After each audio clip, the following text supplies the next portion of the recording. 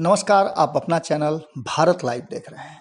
जैसा कि आपने हेडलाइन देख लिया होगा कि सुशील मोदी की विधिवत एंट्री हो चुकी है। अब ये विधिवत एंट्री कैसे हुई है, क्या कुछ हुआ है और आगे उनका क्या रोल रहेगा, इस पर हम पूरा आपको विस्तार से बताते हैं। सुशील मोदी लगातार केंद्र की राजनीति में जाने के बाद भी बिहार से अपना मुंह भंग नहीं कर पाए थे। बिहार में होने वाली हर छोटी बड़ी घटनाओं का वो पूरी तरह से ध्यान रखते थे और उस पर अपनी बात भी रखते थे।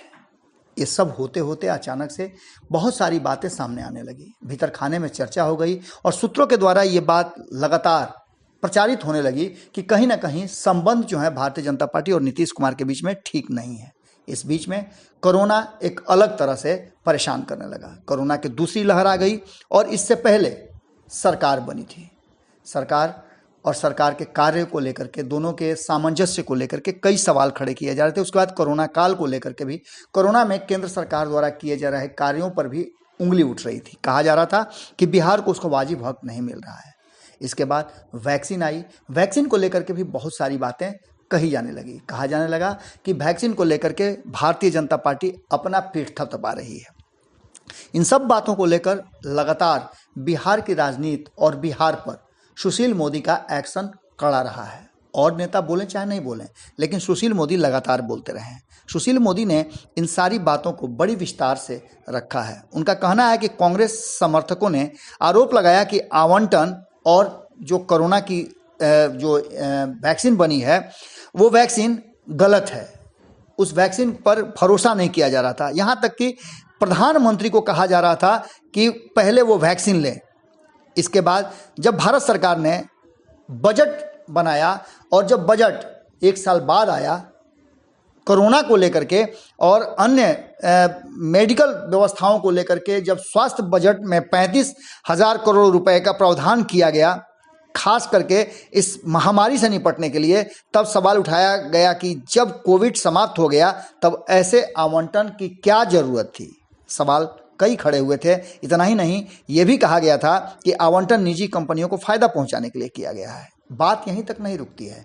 इसके आगे भी सुशील मोदी लगातार कोरोना संक्रमण को लेकर के और बहुत सारी बातों को लेकर के अपनी बातें रखे हैं। उनका सीधे तौर पे कहना है कि एक साल के भीतर वैक्सीन बनाने और अब तक 20 करोड़ से भी ज़्यादा, लगभग 21 करोड़ लोगों तक टीका पहुंचवाने, टीका लगवाने का रिकॉर्ड भारत ने कायम किया, जो दुनिया में सबसे तेज टीका लगवाने का रिकॉर्ड है।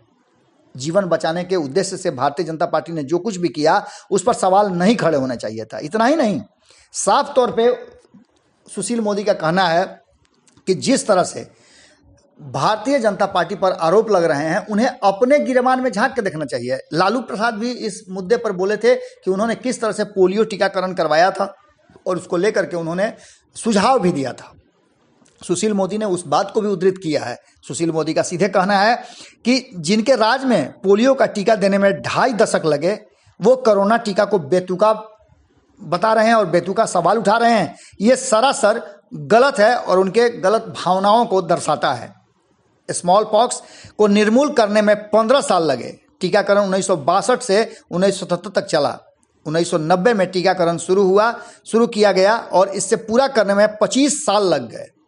इन सब बातों को लेकर के आपको बता दें कि सुशील मोदी लगातार अपने बातें रख रहे हैं। उन्होंने कहा कि इसके लिए भ्रम भी फैलाया गया। अब तक कई लोगों ने टीका जो विपक्ष में है वो नहीं लिए हैं।